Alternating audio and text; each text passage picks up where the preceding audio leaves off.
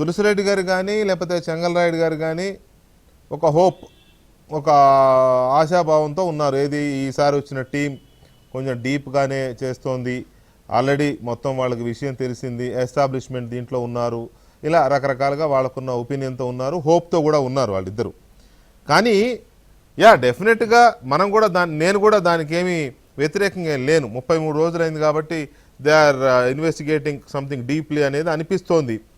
కానీ ఇది it's a general murder, it's a very very general murder. ఆయన చంపబడిన ఆయన మంచి పాపులర్ లీడర్, ఒక మాజీ ముఖ్యమంత్రికి తమ్ముడు, ప్రజెంట్ ముఖ్యమంత్రికి చిన్నాన్న, మాజీ ఎమ్మెల్యే, ఎమ్మెల్సీ అండ్ ఎంపీ, ఇన్ని క్వాలిఫికేషన్స్ ఉన్నాయి, వ్యక్తిగా పెద్దవాడు.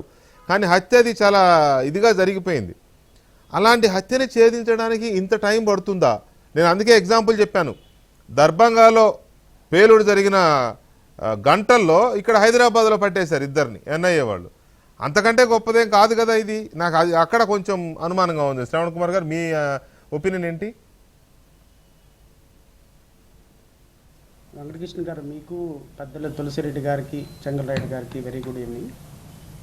అయితే ప్రతి కేసుని ఒక కోణంలో చూడకూడదు వెంకటకృష్ణ గారు. మనం ఇప్పుడు మీరు ఇంతకుముందు ఉదాహరించిన కేసులో గంటలో నిందితుడు దొరికి ఉండొచ్చు.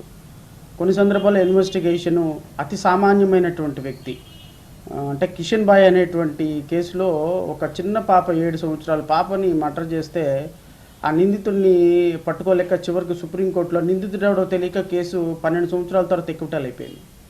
అంటే సుప్రీంకోర్టులో కానీ లేకపోతే న్యాయ చరిత్రలో ఎలా ఉంటుందంటే, ఒక కేసుని ఛేదించే సందర్భంలో సామాన్యుడు అయినా సరే లేకపోతే బిగ్ షాట్ ఇన్వాల్వ్ అయి ఉన్నా సరే, సో ఇన్వెస్టిగేషను ఆ పర్టికులర్ జరిగినటువంటి నేరం జరిగినటువంటి విధానం, వితిన్ 4 కార్నర్స్లో నేరం జరిగిందా, లేకపోతే ఆ పబ్లిక్లో నేరం జరిగిందా, నేరం జరిగిన సందర్భంలో హై ప్రొఫైల్ కేసెస్లో ఏ విధంగా ఎవిడెన్స్ ఏమైనా ప్రాబబుల్గా దొరికిందా లేదా, లేకపోతే దాన్ని లీగల్ ఫ్రేమ్వర్క్లో ఫిట్ చేయగలమా లేదా, ఈ అంశాలన్నిటి మీద ఆధారపడి ఉంటుంది. ప్రతి కేసు కూడా ఈ టైం లిమిట్లో చేయాలని ఉండదు. క్రానిక్ కేసెస్లో, మర్డర్ కేసెస్లో ఎస్పెషల్లీ కొన్ని సందర్భాల్లో క్లూస్ దొరకని పరిస్థితి ఉంటుంది. కొన్ని సందర్భాల్లో సంవత్సరాల తరబడి నిందితులు ఎవరో తెలియని పరిస్థితి ఉంటుంది. ఇది సహజంగా మర్డర్ కేసుల్లో న్యాయ పరిభాషలో ఉండేటువంటి అంశాలే. అయితే దీనికి ఇప్పుడు murder case, Vivekananda Reddy murder case exemption అని మాత్రం మనం అనుకోకూడదు. ప్రాబబ్లీ ఈ కేసు కూడా దాంట్లో పడి ఉండవచ్చు. ఆ నిందితులు ఎవరో పట్టుకోలేని పరిస్థితుల్లో సిబిఐ ఉండవచ్చు.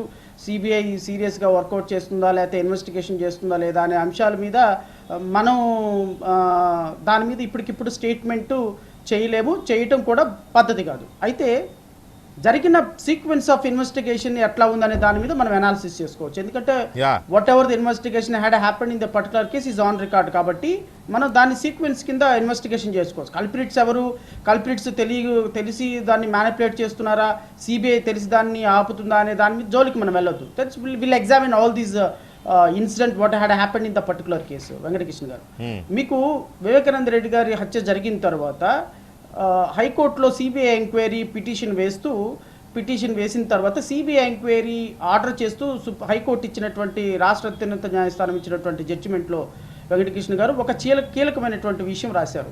ఏంటి అంటే, అది before handing over the case to the investigation, normal SIT అనేది ఒక ఆంధ్రప్రదేశ్ గవర్నమెంట్ ఒక సిట్ని ఫామ్ చేసి, ఆ సిట్ని ఫామ్ చేసి అప్పటికే, అంటే ఈ కేసు సిబిఐకి ఇవ్వాలి అని హైకోర్టు నిర్ణయం తీసుకునే లోపే 61 మంది విట్నెస్ని ఎగ్జామిన్ చేశారు.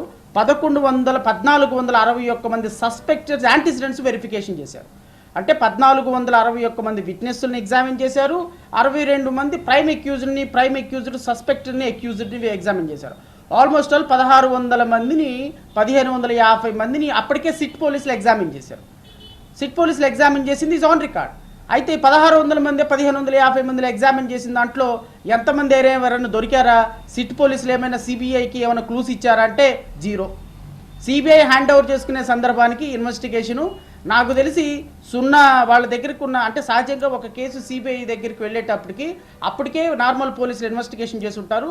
వాళ్ళు ఇన్వెస్టిగేషన్ చేసిన మెటీరియల్ అంతా వాళ్ళకి ఇస్తే వాళ్ళు 30-40% వీళ్ళు క్రాక్ చేస్తే కేసుని, మిగతాది వాళ్ళు టేక్ ఓవర్ చేసుకోవడం పరిపాటి. కానీ ఇక్కడ మళ్ళీ సిబిఐ జీరో నుంచి స్టార్ట్ చేయాల్సిన పరిస్థితి వచ్చింది. అంటే మీరు చూడండి సీక్వెన్స్ ఆఫ్ ఇన్సిడెంట్స్ కూడా సిబిఐ కూడా ఇమీడియట్గా టేక్ ఓవర్ చేయాల. సహజంగా గవర్నమెంట్ సిబిఐకి హార్డ్ ఓవర్ చేస్తే వాళ్ళు ఇష్టం వచ్చినప్పుడు తీసుకుంటారు. బట్ హైకోర్టు ఇష్యూ చేసిన తర్వాత there is no option to the investigation agency. They have to take over the investigation with immediate effect. దీంట్లో ఏం జరిగింది వెంకటకృష్ణ గారు, ఈ పర్టికులర్ కేసులో వివేకానంద రెడ్డి కేసులో వచ్చినటువంటి సిబిఐ ఇన్వెస్టిగేషన్కి ఆర్డర్ చేసినటువంటి డేటు 11/3/2020. అంటే పాండమిక్ సిచ్యువేషన్లో కరెక్ట్గా 11వ తారీఖున 3వ నెల 2020లో సిబిఐ ఇన్వెస్టిగేషన్కి హైకోర్టు ఆర్డర్ చేసింది. నాకు తెలిసి ఈమె వాళ్ళ డాటరు వీరేంద్ర రెడ్డి గారి daughter CBI investigation take over చేయటం లేదని సుప్రీంకోర్టుకి, హైకోర్టుకి, సిబిఐ ఆఫీస్కి, అమిత్ షా దగ్గరికి, ప్రెస్ మీట్లకి మొత్తం తిరిగిన తర్వాత సిబిఐ హ్యాండ్ ఓవర్ చేసుకుంది. ఇక్కడ వెంకటకృష్ణ గారిని చాలా కీలకమైనటువంటి అంశం ఏంటి అంటే సిబిఐ అనేది ఓకే చాలా అత్యున్నతమైనటువంటి వ్యవస్థ, దాంట్లో no doubt. But CBI track record ఒకసారి మనం చూసుకుంటే 2014లో సిబిఐ ట్రాక్ రికార్డు ఇది పార్లమెంట్లో floor of the house the statistics were given by the government. 2014లో 69.3% కన్విక్షన్ రేటు, 2015లో 64% కన్విక్షన్ రేటు, 2016లో 65% కన్విక్షన్ రేటు. మీకు ఇంకొక కీలకమైనటువంటి అంశం ఏంటంటే హై ప్రొఫైల్ కేసెస్లో 3.98 కన్విక్షన్ రేటు. అంటే నార్మల్గా ఏ క్రైమ్ అయినా సరే సిబిఐకి వెళ్ళిపోతే టక్ దాని మీద కన్విక్షన్ పోతుంది కానీ బట్ హై ప్రొఫైల్ కేసెస్లో పొలిటికల్ ఇన్వాల్వ్మెంట్ కేసెస్లో సిబిఐ కన్విక్షన్ రేటు 3.98%. నేను మేజరే ఉంటుంది మరి, హై ప్రొఫైల్ అంటే పొలిటికలే కదా, దానికి ఇంకా ఇండైరెక్ట్ మీనింగ్ ఏముంది వెంకటకృష్ణ గారు? లేకపోతే సల్మాన్ ఖాన్ లాంటి వాళ్ళు ఉంటారు. ఇప్పుడు నేను ఒక్క నిమిషంలో ముగిస్తా. అబ్సల్యూట్లీ. ఇప్పుడు సిబిఐ ఈ దేశం మీద పెద్ద ఎఫ్బిఐ లాగా అత్యున్నతమైనటువంటి వ్యవస్థ, నేను దానికి కితాబ్ ఇవ్వటం లేదు, ఎందుకంటే వాళ్ళ స్టాటిస్టికల్ రిపోర్ట్సే అవి చెప్తున్నాయి.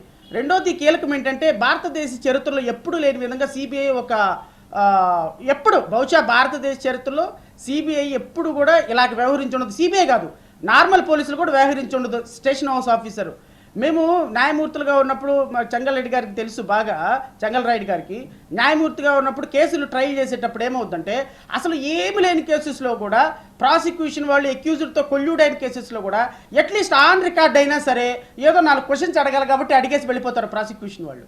అంటే వాళ్ళకి అక్యూజ్డ్ బయటపడాలని మనసులో ఉన్నా ఆన్ రికార్డు మాత్రం ఎక్కడ దొరకరు. ఆన్ రికార్డు వాళ్ళు చేయాల్సింది ఏదో 4 ముక్కలు రాసేసి మమా అనిపించేసి వెళ్ళిపోతారు. దురదృష్టం ఏంటంటే సిబిఐ చరిత్రలో మొట్టమొదటిసారిగా జగన్మోహన్ రెడ్డి గారు బెయిల్ క్యాన్సిలేషన్కి వచ్చినప్పుడు మాకేం సంబంధం లేదు, మీరు ఏ నిర్ణయం తీసుకుంటారో తీసుకోండి అంది. This shows the credibility of that it is giving a suspicious that we must question the credibility of the CBI. Political గా వీళ్ళు ఇన్ఫ్లుయెన్స్ అవుతారు, పొలిటికల్ గా వీళ్ళు కేంద్ర ప్రభుత్వం చెప్పినట్టు, అమిత్ షా చెప్పినట్టు, మోడీ చెప్పినట్టు చేస్తారు అని చెప్పడానికి ప్రధాన ఉదాహరణ ఇప్పుడు రేపొద్దున జగన్మోహన్ రెడ్డి గారు బెయిల్ పిటిషన్ క్యాన్సిలేషన్లో వాళ్ళు ఆ స్టాండ్ తీసుకోవడానికి కారణం ఏంటి అని అడిగితే వాళ్ళ దగ్గర ఆన్సర్ లేదు. బికాస్ ఈవెన్ ఒక స్మాల్ కానిస్టేబుల్ కూడా సాధారణమైన పోలీస్ స్టేషన్లో కూడా అక్యూజ్డ్కి సహకరిస్తూ ఒక్క మెమో కూడా వేయరు, ఒక్క మెమో కూడా ఆన్ రికార్డ్ వేయరు. ఇది వెయ్యటం పోలీస్ వ్యవస్థకే కళంకం, పోలీసు వ్యవస్థకే కళంకం వెంకటకృష్ణ గారు. అలాంటిది ఇంత హై ప్రొఫైల్ కేసులో మాకు సంబంధం లేదు, మీరు ఏం చేసుకుంటే చేసుకోండి అని ఒక మెమో వేశారు అంటే సిబిఐని శంకించకుండా ఎక్కడికి వెళ్తాం? సో ఈ పర్టికులర్ కేసులో ఇన్ని పరిణామాలు జరుగుతున్న సందర్భంలో మీకు ఇంత సొఫిస్టికేటెడ్ వ్యవస్థ ఉన్న వ్యవస్థలో మీరేమో కేంద్ర ప్రభుత్వం ఏం చెబితే అది చేస్తున్నారా? అమిత్ షా గారు ఏం చెప్తే అది చేస్తున్నారా? మోడీ గారు ఏం చెప్తే అది చేస్తున్నారా? మీ పార్టీకి అలయన్స్గా ఉన్న వాళ్ళకి వాళ్ళు చెప్పినట్టు సిబిఐ వింటుందా అనే సస్పిషియస్ సర్కమ్స్టెన్సెస్ ఎస్టాబ్లిష్ అయ్యాయి. సో ఇది ఆ సర్కమ్స్టెన్స్కి అనుగుణంగా మనం దీన్ని సస్పెక్ట్ చేయాల్సి వస్తుంది తప్ప, but as a investigation agency I respect. But దాంట్లో ఉన్నటువంటి పరిస్థితులు, ఇప్పుడు కాలానుగుణంగా జరుగుతున్న పరిస్థితులు, పెద్దలకి కొమ్ము కాయాలి అనే ఆలోచనతోటి వీళ్ళు చేస్తున్నటువంటి విధానాలు నాకు కొన్ని అనుమానాలకు తావిస్తున్నాయి. ఆంధ్రప్రదేశ్ రాష్ట్ర ప్రజలకు, తెలంగాణ రాష్ట్ర ప్రజలకు, పులివెందుల ప్రజలకి, వివేకానంద రెడ్డి గారిని అభిమానించే వారందరికీ కూడా ఇది కలత చెందుతున్న అంశం. వాళ్ళ పాప కావచ్చు, ఒక దర్యాప్తు సంస్థగా కావచ్చు, ఒక అత్యున్నత దర్యాప్తు సంస్థగా సంస్థను గౌరవిస్తాం కానీ సంస్థ పనితీరు పట్ల, సంస్థ మీరు చెప్పినట్టు సంస్థ ట్రాక్ రికార్డు పట్ల మాత్రం చాలా అసంతృప్తి, అలాగే చాలా విమర్శలు, విశ్లేషణలు చాలా ఉంటాయి. అది సిబిఐ